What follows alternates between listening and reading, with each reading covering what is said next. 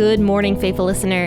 You are listening to the Bible Explained podcast, where the Bible gets explained. So grab your cup of coffee and stay tuned as we read through the book of Numbers.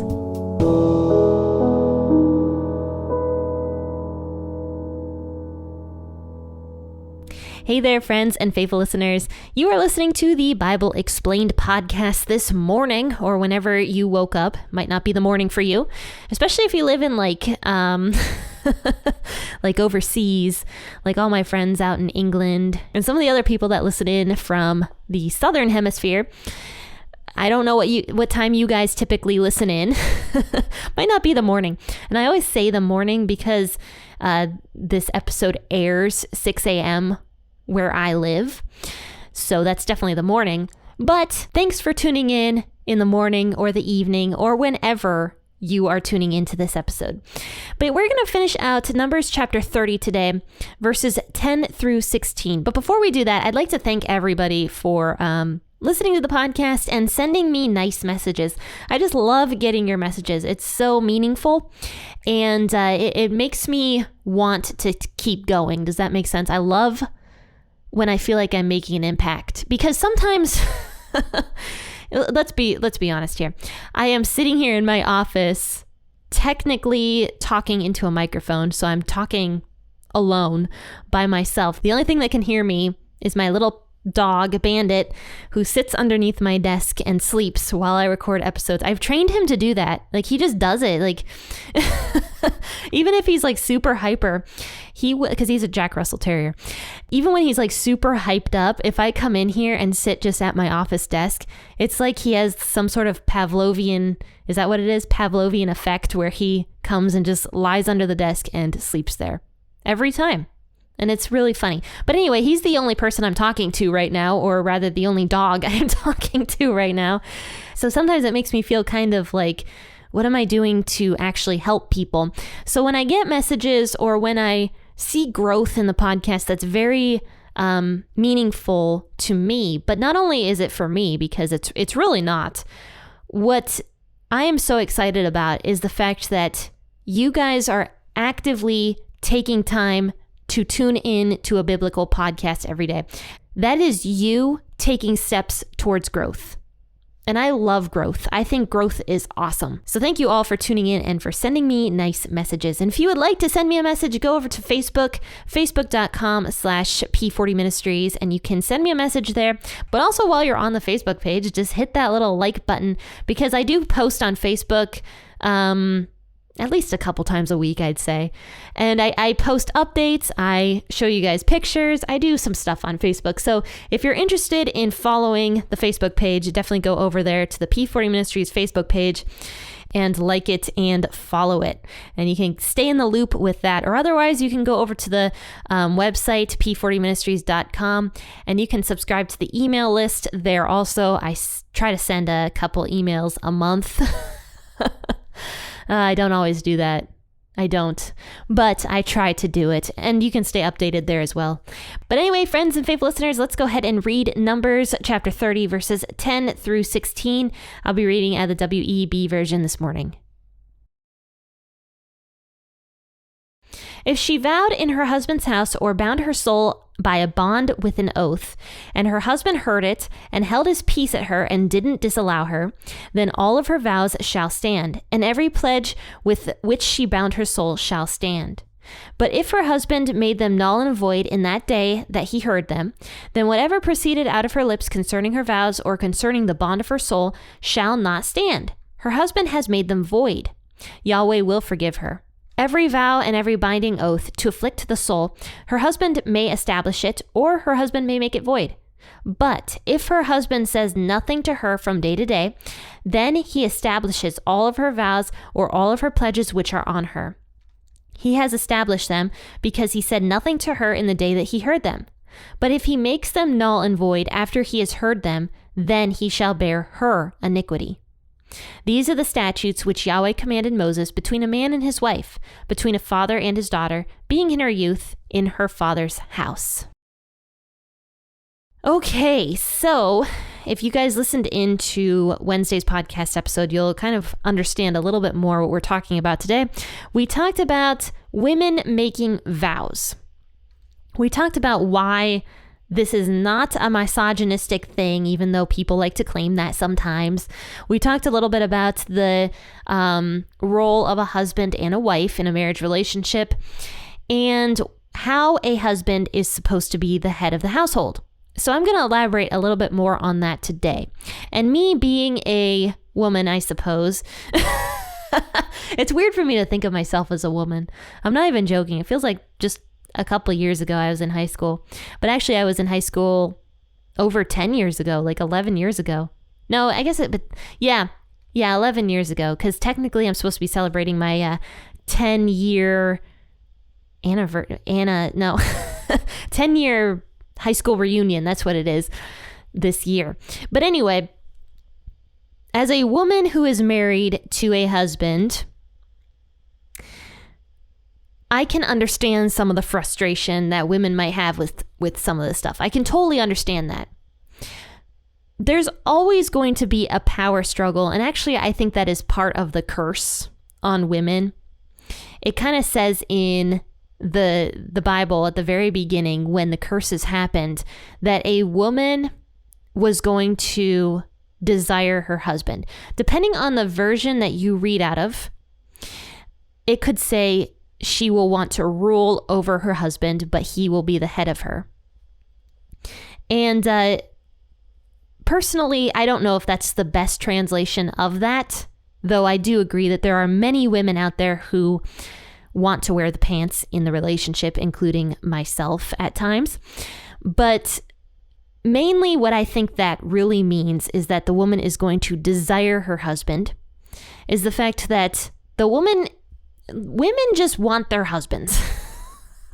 Women want to be married. They want to have that lovey-dovey relationship. I mean, if you guys have ever seen any chick flicks or any stuff that specifically panders to women, you will see that there are usually several guys that want one woman.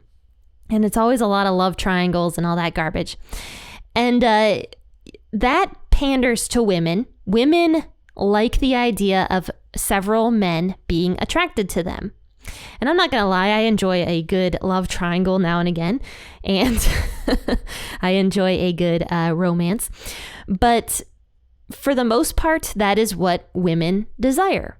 And I'm not going to say every woman desires that. There's definitely exceptions to the rule.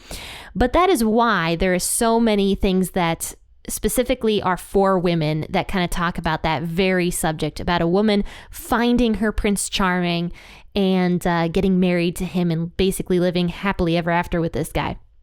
And so women desire that kind of relationship. But because of the sin nature, it's always going to be flawed. It's never going to be this perfect marriage relationship like people like to depict on those chick flicks. It's just not going to be like that, because men are flawed, women are flawed. And so when you put two flawed people together, there's going to be flaws in that relationship. And I do believe that is, in fact, part of the curse. So I've struggled a handful of times, I'm not going to lie, over the years with thinking the Bible is misogynistic.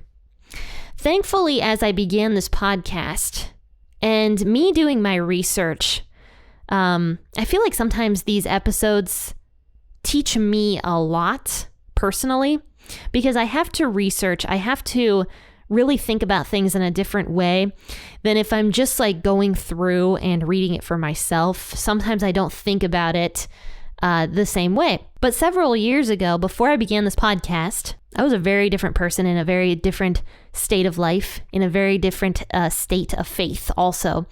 Basically, I barely had any. I did, for most of my life, actually, most of my adult life, believe that the Bible was misogynistic towards women. I was very offended by verses that say that the man is the head of the house and the women need to submit. That did offend me. But like I said, as I started to research this podcast more, For some reason, and I'm very thankful for this, and I'm not bragging about this at all, I do believe that God has given me an amount of wisdom to be able to present this podcast the way he wants me to present it. And that sounds so arrogant, and I don't mean to say that arrogantly, but I do believe that the Holy Spirit is with me and he guides me and gives me wisdom to say what needs to be said. And I think that I have gained in understanding, I suppose, of how much God loves women. And so when I read this stuff now, I don't think of it as misogynistic at all. And I've been married now for coming up 8 years to my husband. And, we've had our bumps in the road for sure, like any marriage relationship will. And we've had our fights, our arguments, and we still do.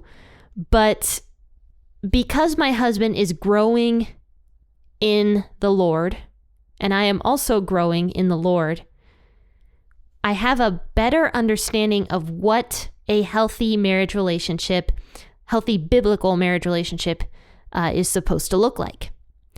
Because now, as my husband and I grow together, we are beginning to move into that point of a healthier marriage relationship, the way the Bible kind of talks about, where the man is the head over the woman, and the woman is meant to be the helper to the man. And I'm not going to get too much into that now, but I do think that when you do things biblically, even if it sounds wrong to you, even if you don't want to be that helper person, I'm talking to the women right now, even if you don't want to be that helper, when you do things biblically and finally let go of that pride, which was what it was for me when I believed that basically the Bible was wrong and treating women incorrectly, when I let go of that, things start falling into place a lot better for me and in my relationship also. And all of a sudden, my husband and I were beginning to see eye to eye on more things. I was not as upset with him a lot of the times. We were getting into less fights. And overall, our relationship was and is just in a healthier state when I started allowing my husband to take that leadership role, if that makes sense. And honestly, I'm very, very happy not having to make decisions, because I am one of the worst decision makers you will ever meet. I'm not even joking. Like, if you ask me where I want to go to dinner, if we're, let's say you and I are going out somewhere. If you ask me like, hey, Jen, where do you want to go out to dinner? I would be like, oh, you choose. Like, I don't know, pick whatever you want. And I would have to mull it over for like a solid 10 minutes before I finally choose something. If you insist on like making me choose the restaurant we go to, I am that bad. And I know a lot of women that are also that bad with decision making. Not all of them. I know plenty also that make it very good decisions. But taking that burden off of the woman in the relationship to not have to worry about making the big and hard decisions, like real decisions, not just like restaurants, but like true life-changing decisions. It's kind of nice, and it's also kind of freeing to sort of put that burden on your husband. And that's sort of what God is talking about here. He's kind of just putting this burden that the wife takes on herself. God's putting it onto the husband, because once this husband and wife are married and the wife decides she wants to make a vow to God, and like I've said, the vow was one of the ways that people would have a relationship with God. It would be their way of trying to establish a relationship with God by fulfilling some sort of promise to him. Or sometimes it was a, God, if you do this for me, I'll do that for you, basically. So it could go either way. Vows happened quite a bit, and women were no exception. Women were given the freedom to be able to make vows, something that was likely unheard of before any of this, as women had very little rights at all. So this woman, when she ends up making a vow, And when the husband ends up hearing about it, because he would hear about it through the wife changing something that she's doing, because typically a vow included denying oneself. So of course this husband is going to begin to notice when his wife is denying herself something. It says that the husband can, when he hears them, he can make them void, those vows or vow that the wife took. He can make it void right then and there. And that would free the woman of both the vow and of the guilt that would happen when a person broke a vow. She would be totally 100% in the clear.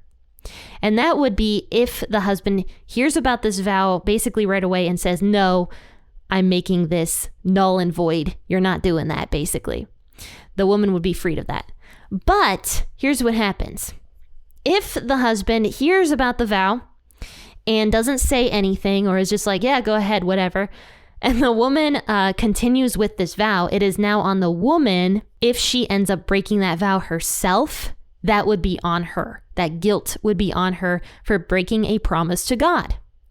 However, if down the line, let's say 2 months later, the husband is no longer very happy with the vow his wife made, but he didn't say anything when she initially took that vow, and he knew about it. It says at this point in verse 15, if he makes them null and void after he has heard about them, he shall bear her iniquity. I find that really interesting, that the guilt is literally on the husband at this point. And so he is the one that ends up being the person who is basically taking on her sin.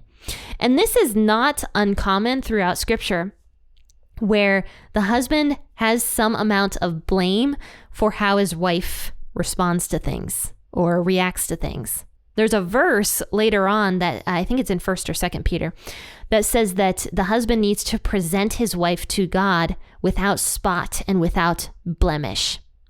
So in other words, it's not just the wife that needs to be basically in the follower role and be a good follower of her husband, but the husband needs to be a good leader. He needs to be a good leader.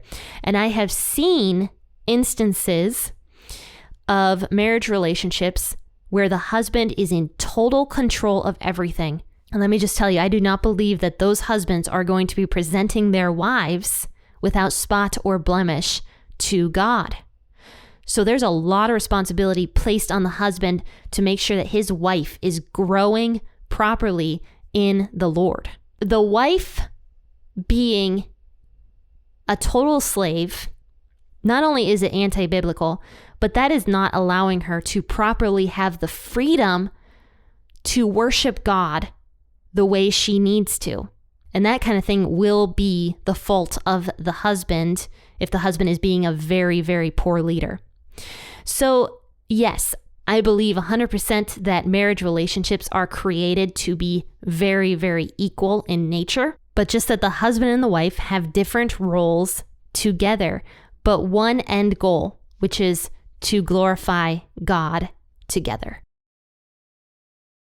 Well, faithful listeners, thank you for tuning into this episode. I hope you enjoyed it and maybe gained a little bit of insight into marriage, and hopefully I brought this idea into a different light about biblical marriage. And you know what? I don't have all the answers. Certainly, I am not perfect, and my marriage relationship is not perfect. But I do believe that as long as you are putting Christ at the center of everything, especially your marriage relationships, things will begin to fall into place. I do believe that, and so that is what I encourage you guys to think about and to do throughout the week, is just to put God first. But friends, don't forget about the Adore devotional that I will be coming out with at the very, very beginning of October. So it will be coming out in the next 2 weeks. So stay tuned for that. Get a copy for your daughter or any other teenager that you know, and stay tuned for that for sure. But anyway, guys, I hope you just have a great rest of your weekend and that you have nice weather and just a really relaxing Saturday and Sunday. I'll see you Monday morning. Happy listening, and God bless.